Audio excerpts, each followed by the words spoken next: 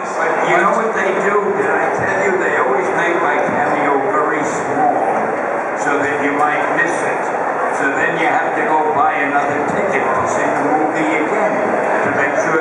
And that's why they make so much money. It's all on account of my cameos.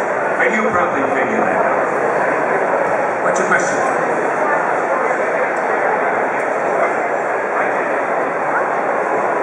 Don't they have microphones? Why don't they have microphones? Who's in charge here?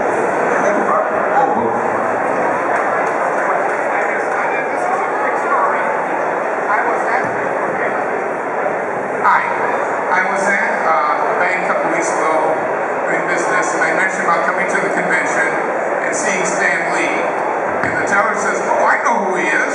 And I said, "Oh, are you a comic buff?" And she says, "No, I watched The Big Bang Theory." He remembers it from that. I'm unforgettable, let's face it. That Big Bang Theory was funny, though. I loved it.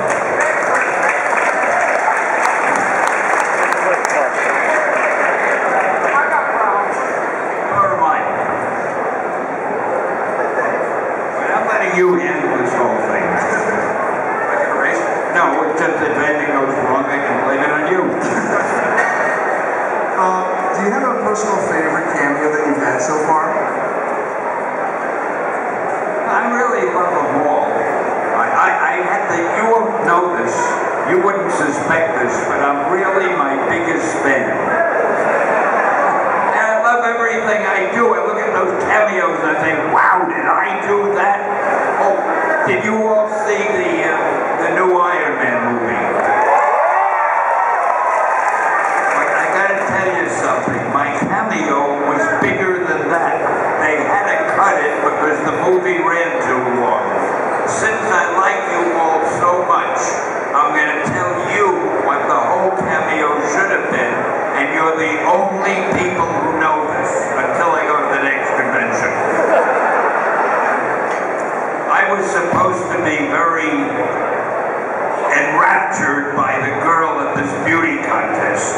And the minute she comes up, I hold up a 10 card. I was one of the judges, which was stupid. But after that, she impressed me so much that when she made this stupid little speech that they all make, like, if I win this beauty contest, I'll do what I can to ensure that there's peace in the world, you know, stuff like that.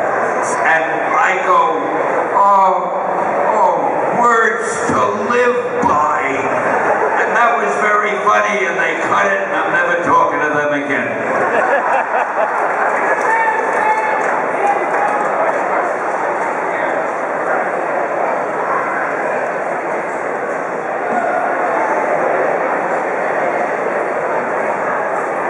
See, while the questions are going on, he wants me to sign these, and we're going to give them away, and I'm going to shoot you because we're not selling them. Hi, Steve. Thanks for being here. I was just wondering, when you published the issue of Spider-Man without the comic seal of approval back in the 60s and 70s about the issue of drugs and all that, was there a little part of you that was a little nervous thinking, maybe it pushed it too far, this probably isn't going to work out too well?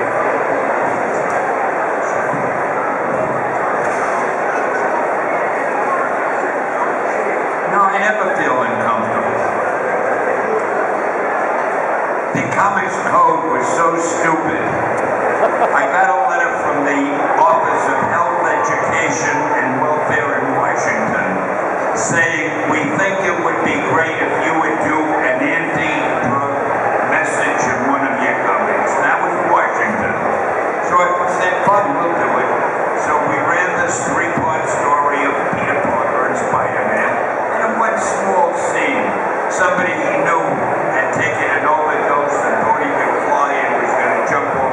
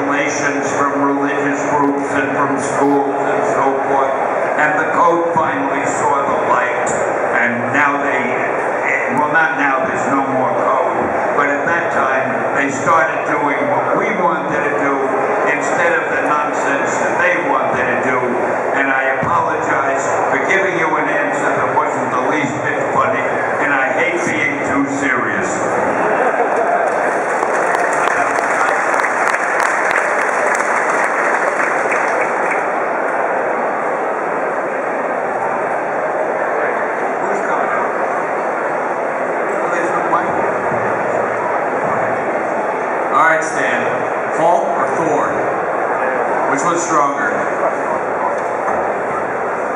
Hulk or Thor? All right, I'm going to tell you the one way that you can always tell.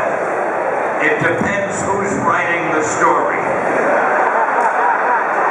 If the writer is a Hulk fan, the Hulk will be stronger. If he's a Thor fan, the Thor will be stronger. Because I don't want it to go any further than this room. But these are fictitious characters.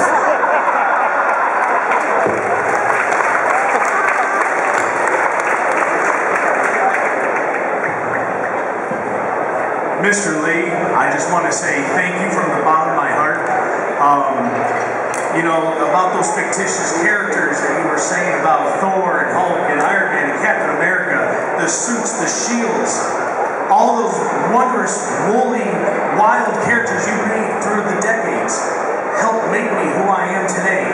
And I truly understand what you mean, be a true believer, because when you said they're fictional characters, but they also are real to all of us. They're real to me too, actually. They're so real because we don't look at the costumes. We actually look at the characters' hearts, and it wasn't a question, it was a comment and a thank you for help developing my life. Thank you so much, sir. You're welcome. I'll tell you one thing, I don't like people who speak better than I do. I don't want that man here anymore. Hey Stan, I was kind of curious, who's your favorite X-Men and why?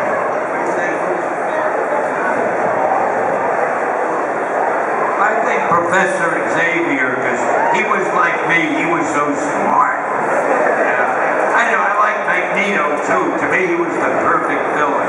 See, he was a villain who really thought he was doing good. He thought what he was doing was right. Kind of like Dr. Doom. Take Dr. Doom.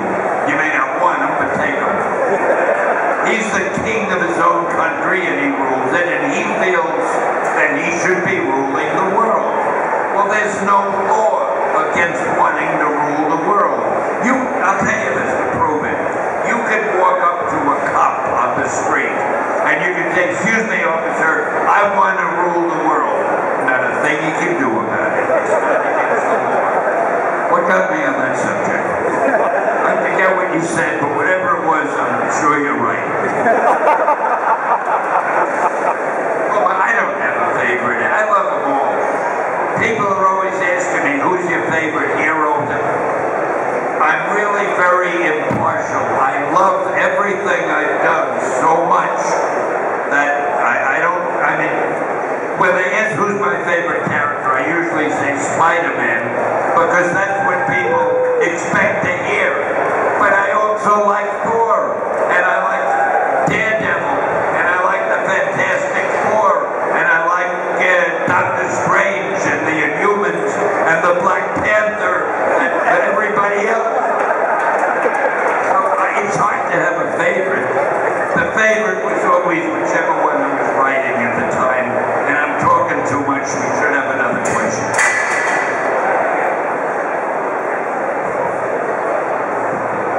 Hi Stan, I'm Dan. Hi Dan, I'm Stan. You picked Dan because he's close and I'm Brendan.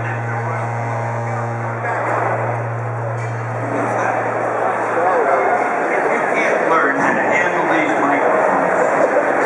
All right, Dan, what's going on?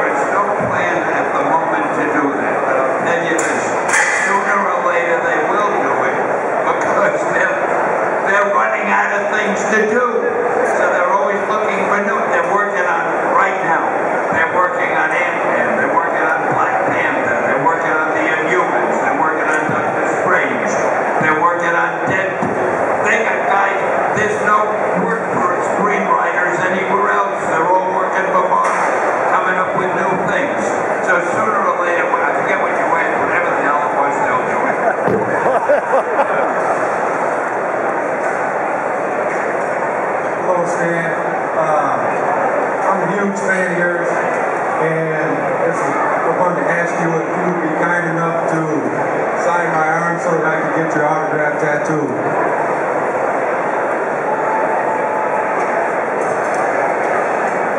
You know, I've signed 6 arms already. People are going to be walking around with my name, and if they do anything wrong, they'll throw me in jail. But yeah, if you wanted to, if it's all right with him, he can manage.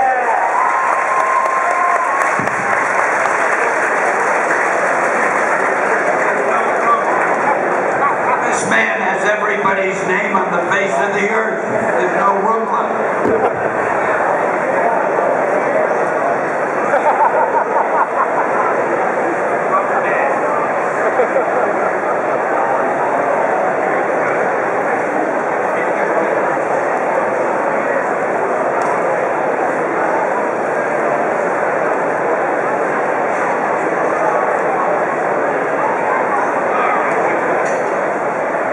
Now this means you have to be a hero and do good deeds. All right? Okay. Be a good guy. You got a girl right here.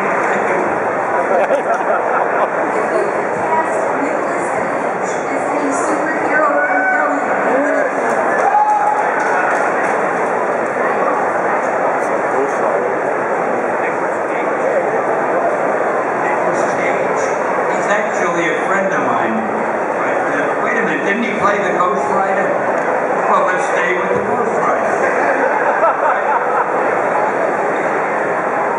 Oh, a villain. He'd make a good villain, actually. You know what my problem is? I don't even remember all the villains I've done. They homogenize in my mind here. Who would you like him to be? He says in a tricky way, getting the onus on her. Who do you think he should be?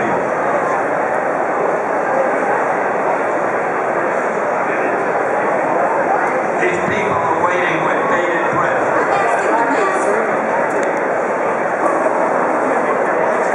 She's asking the master to answer the question. Now he's too good. I would never make Nicolas Cage a villain. He's too good-hearted. He's like me. He can do no wrong. I got out of that one, I hope. Hey guys, I'm going to change it up a little bit. I'm going to ask some questions. Later get into Nicolas Cage. You never know with people. I'm going to ask some questions.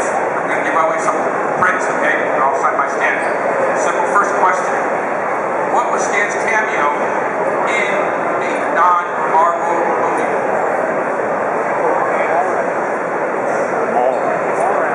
Okay, that's right. Fine. Someone name another one. What's in it? And he said, I asked what cameo did he make?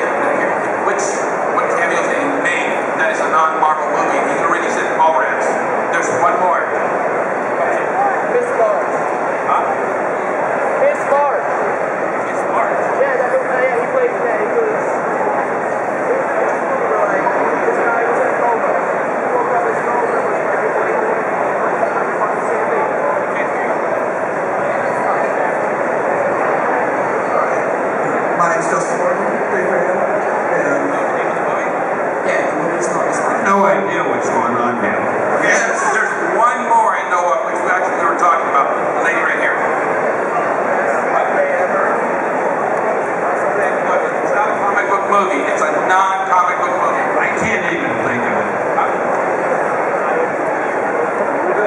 It's a non-comic book movie he was in a cameo in. How about the guy right there with his hand raised up? That's right, Princess Diary. You guys ever see that cameo?